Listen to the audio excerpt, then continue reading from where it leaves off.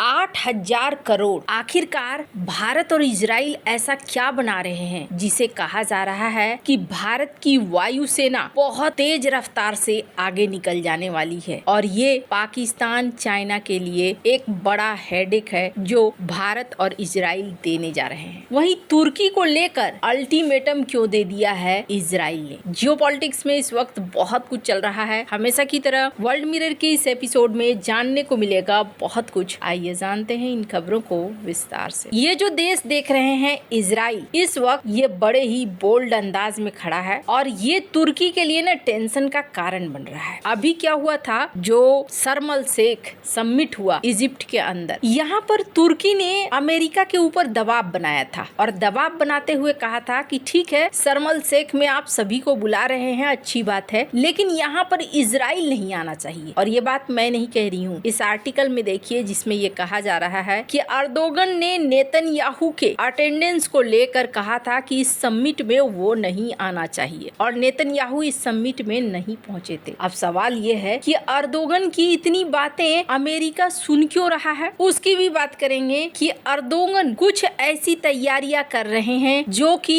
Israel के खिलाफ है और अमेरिका इसे भली भांति समझता है और अमेरिका के बस का है कि जब चाहे तुर्की को यहाँ उखाड़ फेंके, लेकिन फिर भी अमेरिका यहाँ पर अपने पत्तों को खोल नहीं रहा है। क्या कारण है, पहले अर्दोगन की पूरी मंशा देखिए। अर्दोगन यहाँ कहते हैं कि नेतन्याहू न आए और नेतन्याहू यहाँ नहीं पहुँचते हैं। इस समिट में नेतन्याहू नहीं थे। समिट पूरी हो जाती है, समिट का मामला खत्म हो जाता है। अब बात आती है कि गाजा में हमें सेना तैनात करना है और अंतर्राष्ट्रीय सेना होना चाहिए। ये बात पहले भी डोनाल्ड ट्रंप ने कही है कि कोई बात नहीं है, हम बाहरी देशों की सेना यहाँ तैनात कर देंगे, जो सेना यहाँ पर रक्षा वगैरह करेगी और हमास को आगे बढ़ने से रोकेगी और निरस्तीकरण वगैरह करेगी। यहाँ पर तुर्की ने कहा कि हमारी सेना तैयार है और हम अपनी सेना को यहाँ भेजने वाले हैं, जिसको लेकर अब इजराइल ने कहा कि ना जी, तुर्की की सेना गाजा के अंदर नहीं आएगी, हम चुनेंगे किसकी सेना यहाँ पर खड़ी रहेगी और किसकी सेना खड़ी नहीं रहेगी। अब अर्दोगन को लग रहा है कि ये क्या बात हुई, हमारी सेना यहाँ पर क्यों नहीं घुसेगी। तो अर्दोगन जो सोच रहे हैं ना, इजराइल उससे 100 गुना ज्यादा तेज सोचता है और नेतन्याहू इस मामले में 1000 गुना तेज है। अर्दोगन क्या सोच रहे हैं, अर्दोगन मिडिल ईस्ट के राजा बनना चाहते हैं और मिडिल ईस्ट के राजा बनने के साथ साथ एक तीर से कई निशाना साधना चाहते हैं। तुर्की के लिए इजराइल उनका सबसे बड़ा दुश्मन है और ये चीज अर्दोगन खुलेआम कहते हैं, कोई छिपे हुए रूप से नहीं कहते हैं। ये जो मैप देख रहे हैं, मैप में एक जगह है सीरिया में अभी एक ऐसी सरकार है जिस सरकार पर अर्दोगन का बस चलता है और कई बार इजराइल सीरिया के ऊपर एक्शन ले लेता है और ये अर्दोगन बड़े बौखला जाते हैं जब एक्शन लेता है। तब अर्दोगन सीरिया में घुस चुके हैं और इसका ऐलान डोनाल्ड ट्रंप ने जब मीटिंग हुई थी, इस समय इन्होंने कहा था कि हजारों सालों से लोग सोचते रहे, लेकिन अर्दोगन ने कर दिखाया और अर्दोगन सीरिया में घुस गए। सीरिया में घुसने का मतलब है इजराइल का पड़ोसी बन जाना और इजराइल का पड़ोसी बनने का मतलब है इजराइल के लिए टेंशन क्रिएट करना और इजराइल सीरिया में तो इस चीज को झेल ही रहा है। अब इसके बाद अगर गाजा के अंदर भी तुर्की की सेना तैनात हो जाती है, एक ऐसी सेना जो हमास को आतंकवादी संगठन नहीं मानती है, हमास का सपोर्ट करती है, वो सेना के ऊपर इजराइल को भरोसा नहीं है, पहली बात। और दूसरी बात, इजराइल के और भी नजदीक तुर्की की सेना यहाँ आ जाएगी। यही वजह है कि यहाँ पर अर्दोगन को ना कहा है नेतन्याहू ने। अब अर्दोगन अमेरिका से कह रहे हैं कि भाई देखो, मामला यहाँ पर हमारे सेना को एंट्री नहीं लेने दे रहा है। अब आपका मन में ख्याल आएगा, अच्छा अमेरिका तो इजराइल का पूरा पक्षधर है, फिर अर्दोगन के सामने ऐसा क्यों हो जाता है। वैसे अमेरिका दोनों तरफ खेलता है। स्क्रीन पे इस वीडियो को सुनिए। Well, I think President Erdogan is the one responsible for Syria, for the successful fight in ridding Syria of its past leader. And I think this man is responsible. He doesn't take the responsibility, but it's actually a great achievement. They've been trying to do it for 2,000 years. I said, he does it. He did it. I mean, they're your surrogates. I think you should take the credit for it. I told him, take the credit. For 2,000 years, you've been trying to take over Syria. He took over Syria, and he doesn't want to take the credit. You know, all of those people are his surrogates. But the leader of Syria, the new leader, as you know, I took sanctions off in order to let them breathe because the sanctions were very strong. But I think we should have a major announcement today. He was responsible for that victory. It was a victory for Turkey.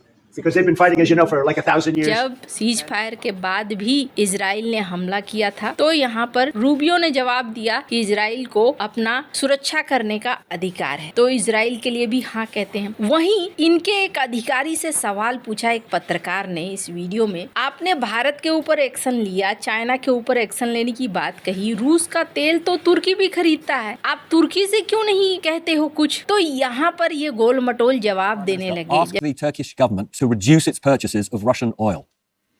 I'm not giving you a straight blow-by-blow account of the private discussions that we had with President Erdogan and his defence minister, but I can tell you we talked about the commitment that Turkey has displayed from day one to support, like the UK, Ukraine in the fight today, as well as working with the UK leadership to prepare for a point that we get a peace, and that we and Turkey and France, and over 30 nations have been involved in this detailed military planning. We're ready, if there's peace, to help Ukraine secure that peace for the long term.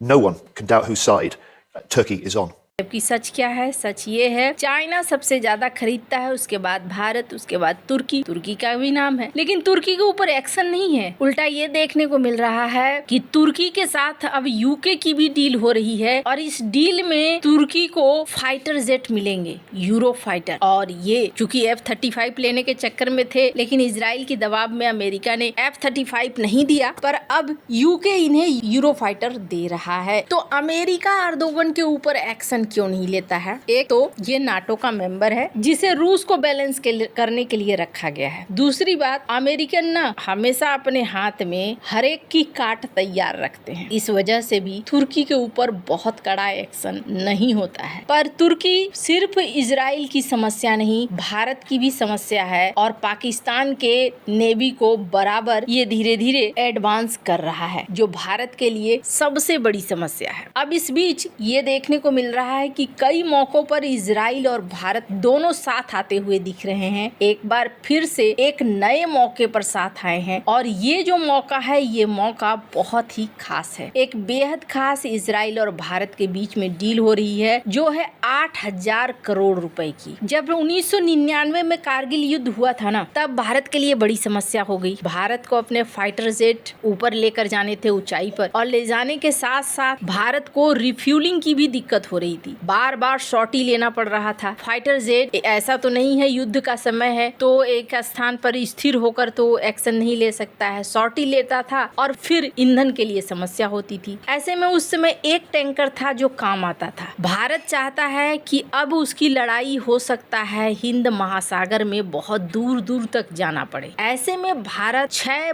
बड़े giant tanker बना रहा है और इसमें मदद कौन कर रहा है? इसमें मदद कर रहा है इजराइल। और ये सब कुछ होगा कैसे? भारत के पास 6 बोइंग के 767 कमर्शियल एयरक्राफ्ट हैं। भारत के इसी एयरक्राफ्ट को मॉडिफाई किया जा रहा है ताकि इसे टैंकर में बदला जा सके। कई देशों ने इसके लिए भारत को कहा था हमें दे दो ये मौका, लेकिन भारत इजराइल के साथ जा रहा है। इजराइल 30% कंपोनेंट भारत में ही इस्तेमाल करेगा मेक इन इंडिया कार्यक्रम के तहत, और भारत के लिए ये 6 जाइंट टैंकर बनाने जा रहा है ताकि युद्ध में कहीं भी भारत पहुंच सके और लंबी दूरी के युद्ध में भी भारत को कोई दिक्कत ना हो। वैसे आपको क्या लगता है इन सब मामले में? आपकी क्या राय है? कमेंट कर जरूर बताएं। जल्द मिलते हैं अगले वीडियो में नई खबर के साथ।